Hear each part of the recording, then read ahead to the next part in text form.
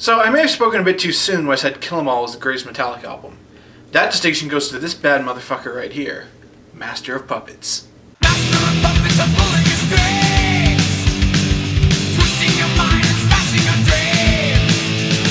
dreams. Released in 1986, Master of Puppets is considered one of the top thrash albums of all time, usually falling in behind Slayer's Reign in Blood or occasionally Rest in Peace by Megadeth. But still, it has some of the most recognizable and most memorable and powerful, popular, amazing songs. And let's take a look at them right now. Track number 1, Battery. This song is awesome! I love it. It's just so aggressive. It's pure anger and metal, and I'm not even entirely sure what the lyrics are all about, but it doesn't matter because it's metal as shit! And just, it's got that calm intro that builds up and it gets big, then it gets nice grandiose, and then it just hammers in with metal. That is a fucking thrash song right there.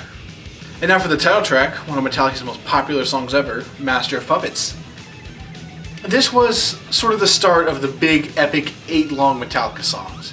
I mean, yeah, they'd done them a bit before with Call of Cthulhu and a little bit of Creeping Death, but this was like the standard to come for specifically And Justice for All and also Death Magnetic, of these long, epic songs that changed around a lot and were interesting the whole time.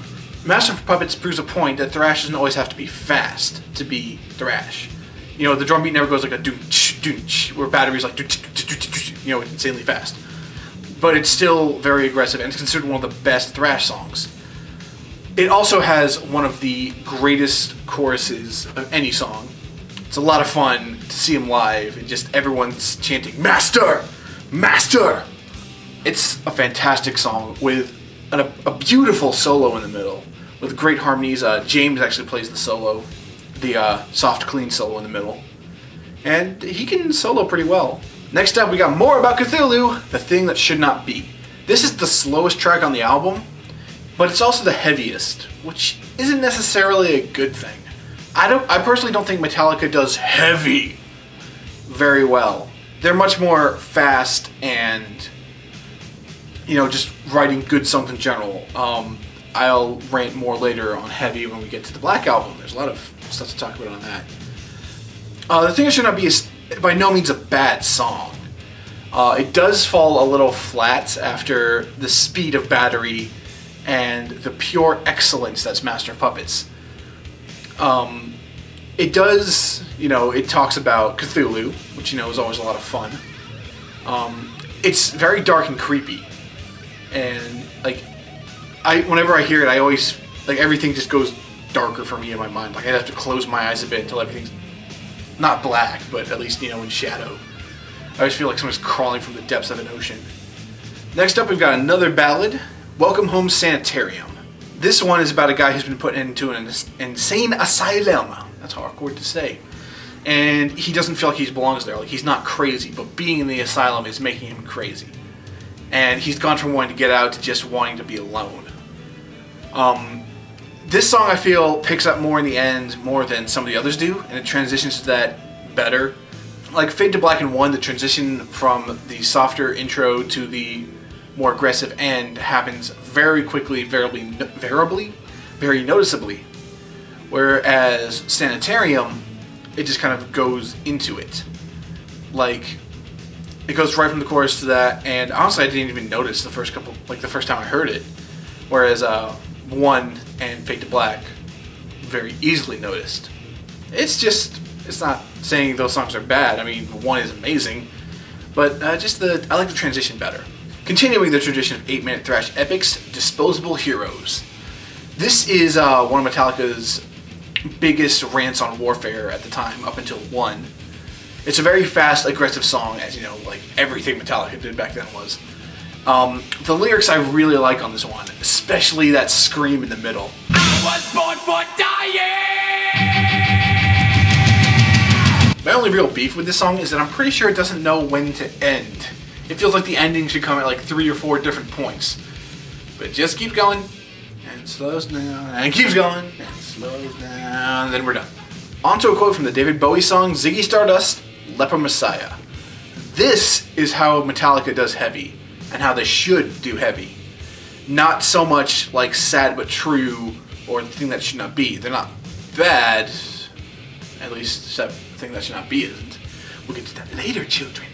But this is how heavy should be done. Just a good groove, and just hammer it out. On Beyond Magnetic, there's one, Just a Bullet Away, that's heavy too. We'll get to that later. I need to stop saying that.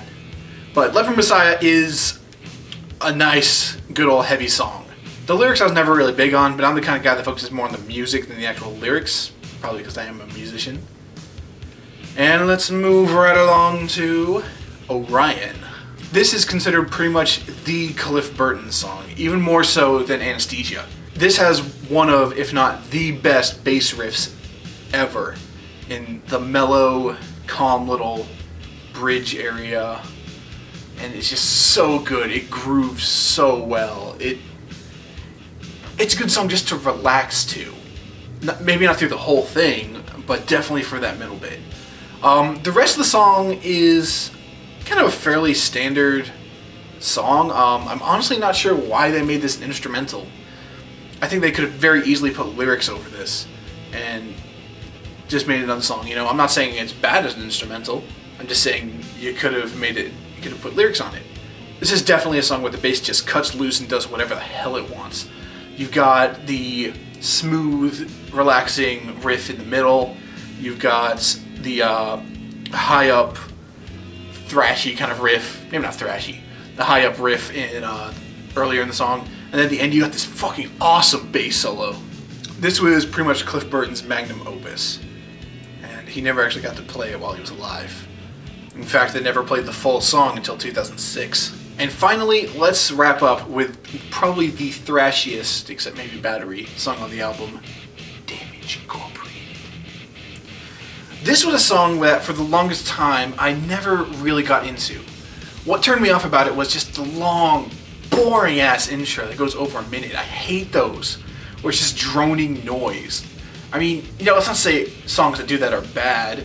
I mean, you know, Damage Incorporated does it. Evil Never Dies by Overkill. Fucking Holy Diver by Dio. I love that song, but I always have to skip the intro whenever I hear it. It's just boring and pointless, and I find nothing to any of those songs. That being said, once the intro goes by, this song is amazing. It's so aggressive. The chorus is short but angry. Everything is pissed off. It's the only time to actually swear on the album, you know, say fuck. Fuck it all and fucking no regrets. Which is actually used later on Saint Anger. The song Saint Anger. It's just got such an aggressive attitude. It's like, let's just get fucking angry on this one. Which this whole album is very angry. Even if it doesn't always show up. Like, actually no. Yeah, pretty much every song is fucking pissed off. Now that I think about it. I mean, if there were lyrics on Orion, they'd probably be pissed off too. Maybe they just got so pissed off, they wanted a break from being pissed off. I don't know, but my complaint with Damage Incorporated is the ending. It's just da da da da da da, and then the album's over. It's such a quick stop, you know. When they do it live, they keep going a little bit and then do a big rock outro, you know. I would have much preferred hearing that on the album, kind of similar to the end of Call of Cthulhu, whatever you want to call it. But still, that doesn't detract from how awesome this song is. So, do I like it? Do I don't like it? Say it with me this time. I love it! Master of Puppets is one of the greatest metal albums. Possibly one of the greatest albums, period.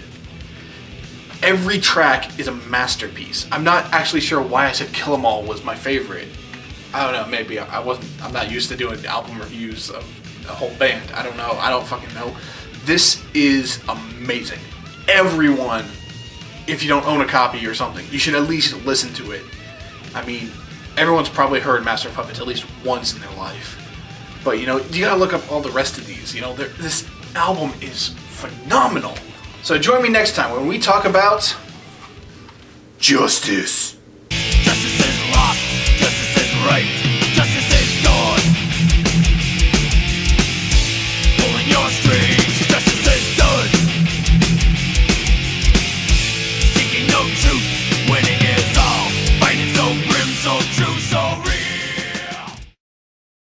Dun, dun, dun, dun, dun, dun, dun, dun, dun, dun, dun, dun. Batman.